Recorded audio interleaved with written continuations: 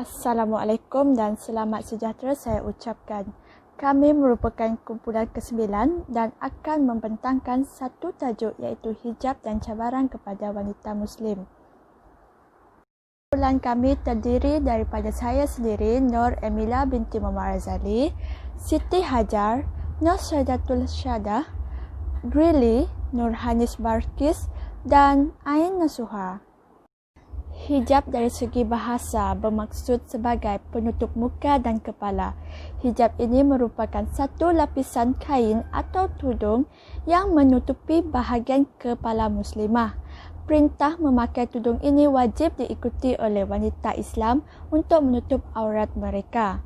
Menurut Haya, pemakaian tudung yang berlandaskan syariat Islam boleh menjaga kehormatan diri mereka dan perintah ini terdapat di dalam Surah An-Nur ayat ke-31.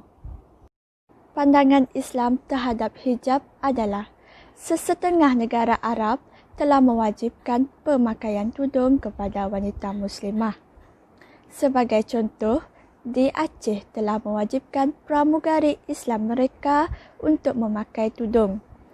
Afghanistan dan Yaman pula juga telah mewajibkan pemakaian tudung untuk wanita muslimah di negara tersebut.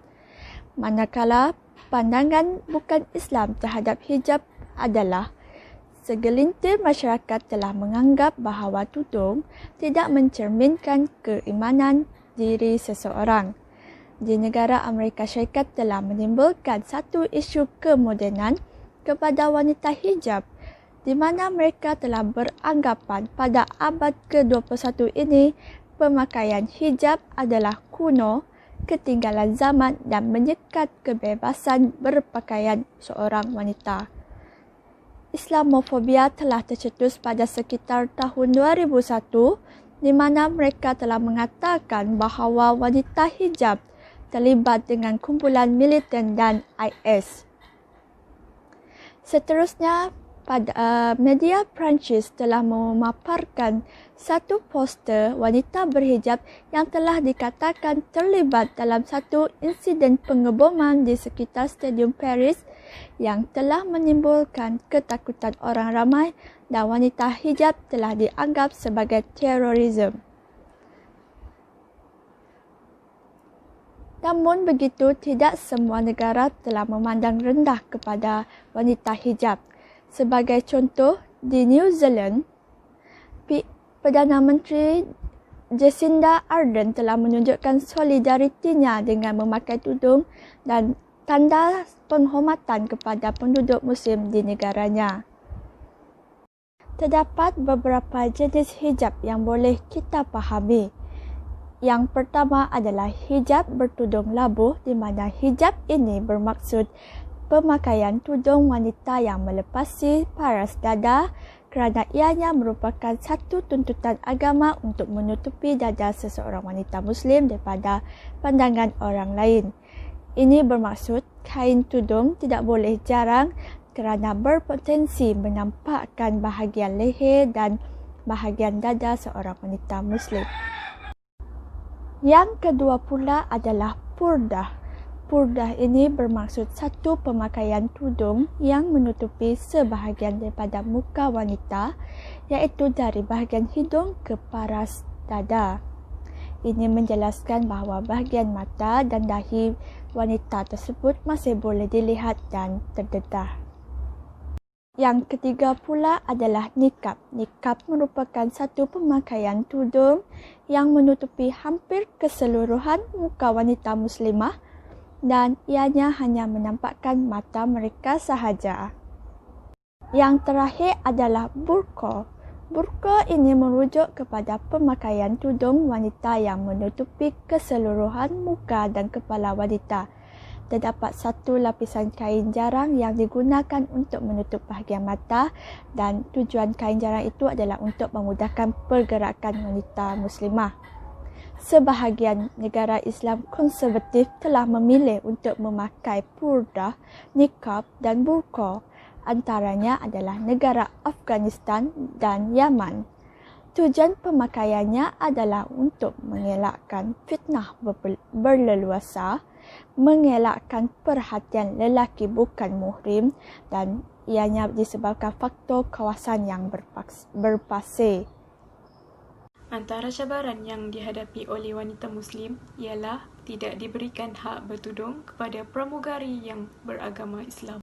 Hak wanita Islam bertudung sudah termaktub di dalam perlembagaan. Ianya digunakan oleh pramugari syarikat penerbangan Malaysia Airlines Berhad menerusi syarikat penerbangan Royal Brunei dan Arab Saudi membuktikan bahawa mereka mampu memberikan keadilan kepada kaki tangan mereka, iaitu dengan memperkenalkan syarikat penerbangan yang mematuhi syariat Islam. Dalam keadaan terdesak, mereka terpaksa akur dengan pengurusan syarikat penerbangan hanya kerana mereka ingin menutup aurat. Mereka mungkin akan hilang pekerjaan. Selain itu, wanita Muslim juga menghadapi cabaran yang dikenakan oleh majikan mereka. Hal ini kerana majikan telah meletakkan syarat dan kod pemakaian pekerja wanita. Di Malaysia, diskriminasi terhadap wanita Muslim tidak diterima kerana ia melanggar perkara 3 Perlembagaan Persekutuan, iaitu agama Islam adalah agama persekutuan, namun setiap orang berhak mengamalkan agama masing-masing dalam keadaan aman dan damai. Di samping itu, wanita hijab juga telah dipaksa membuka tudung. Berdasarkan kisah benar, Nazma Khan berusia 11 tahun terpaksa melalui pelbagai kecaman dan diskriminasi hanya kerana beliau berhijab. Menurut Nazma Khan, beliau tidak menyangka bahawa keputusan berhijab adalah mimpi ngeri yang sukar dilupakan. Beliau tidak menyangka bahawa sejak berada di sekolah rendah, beliau menjadi bahan ejekan kerana perwatakan pelik dan beliau telah dipaksa berpakaian normal ke kelas. Isu yang kedua ialah diskriminasi terhadap atlet sukan berhijab. Contoh isu yang pertama adalah isu penyertaan skuad bola keranjang wanita daripada Qatar telah dibatalkan kerana berhijab. Isu ini berlaku apabila pihak Persekutuan Bola Keranjang Antarabangsa FIBA telah mengeluarkan arahan di mana pemakaian hijab dalam kejohanan bola keranjang adalah dilarang. Oleh hal yang demikian, skuad bola keranjang wanita Qatar itu telah menarik diri daripada penyertaan. Contoh isu yang kedua pula ialah isu FIFA menarik balik larangan pemakaian hijab pemain bola sepak.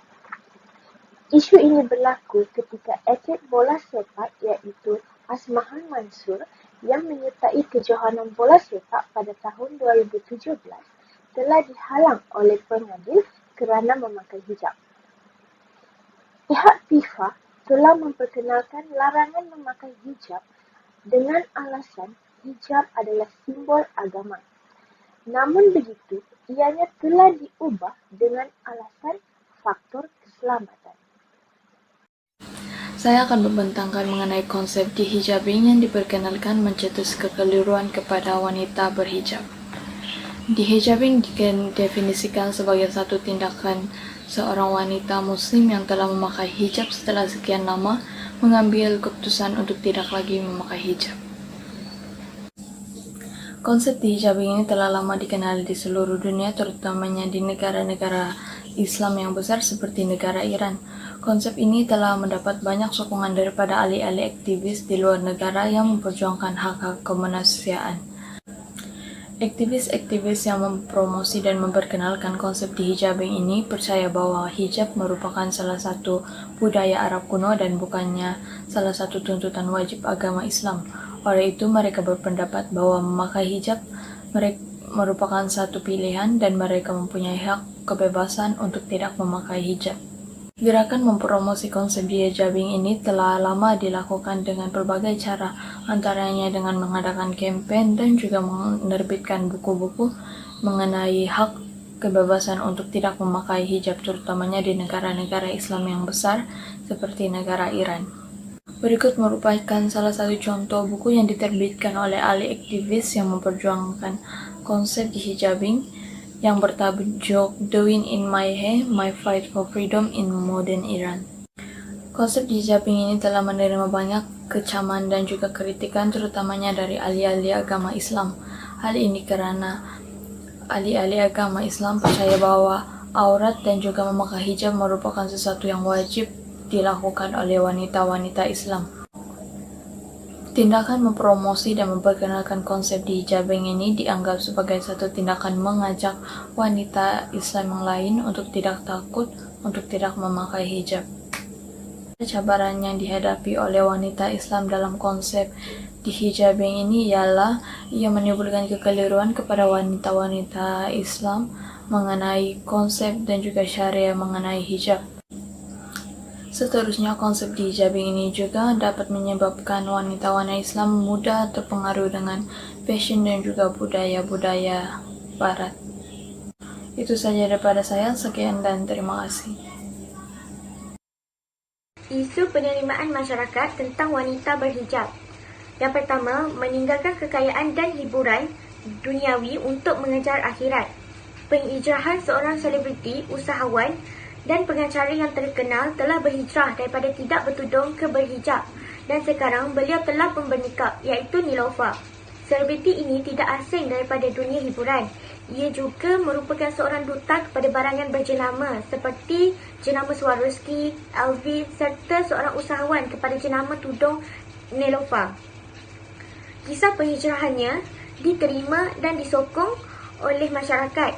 Namun, dunia selebriti tidak asing juga daripada kecaman terhadap beliau. Kecaman tersebut menyatakan bahawa Niloufar mengenakan nikab untuk melariskan perniagaannya. Namun, apa yang dapat dilihat, sifatnya yang bijaksana tidak memandang kepada perkara negatif, malahan menjadikan ia seorang yang positif. Yang kedua, sedar akan tanggungjawab wanita Muslim. Fathia Latif iaitu selebriti Malaysia yang ceritanya 2 kali penghijrahan mengenakan hijab. Hijrahnya pada permulaan banyak yang menyokong dan mendoakan yang terbaik. Namun tidak hairanlah juga jika ada yang negatif. Tetapi tiba-tiba dikabarkan kembali ia tewas dan membuka hijabnya kembali. Kecaman hebat dilontarkan pada selebriti ini. Namun selepas tidak selesa tidak mengenakan hijab oleh kerana macam-macam yang bermain di fikirannya seperti esok bakal kiamat dan sebagainya, dia terus kembali ke jalan yang benar. Namun begitu, apabila ia berhijrah kali kedua, kecaman hebat daripada masyarakat dilontarkan kepada selebriti ini.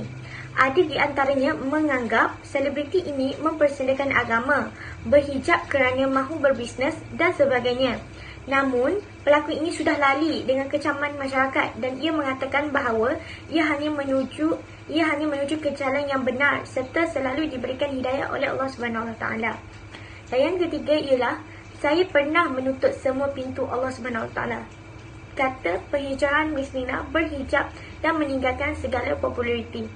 Miss Nina iaitu penyanyi dan pengacara yang berada di puncak hiburan yang kini meninggalkan segala dunia hiburan demi mengejar akhirat. Selepas penghijrahan beliau, Miss Nina tidak lagi aktif dalam industri hiburan. Aktivitinya banyak melibatkan majlis ilmu dan program-program kebajikan. Penghijrahan drastik Miss Nina telah mengejutkan semua masyarakat kerana beliau dahulunya membawa imej yang seksi, tetapi sekarang imejnya yang bertutup liku yang mengenakan pakaian menutup aurat yang sempurna.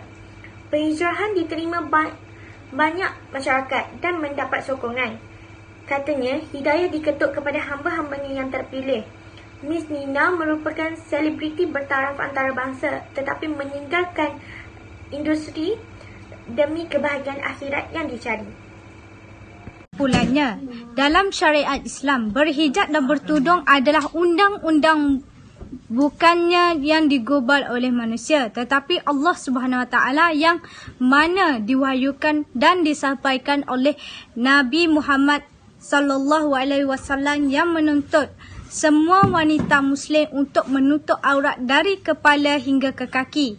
Dan jika ada yang tidak mengamalkan dan tidak memakai hijab, maka individu tersebut akan diseksa di padang mahsyar pada hari kebangkitan. Dan ia juga turut ditegaskan dalam mazhab Maliki, Hambali, Syafi'i dan Hanafi yang menegaskan kewajipan untuk wanita Muslim memakai tudung. Mazhab Islam ini adalah mazhab Islam yang dinamik dan sahih yang mana mazhab ini digunakan di seluruh muka bumi.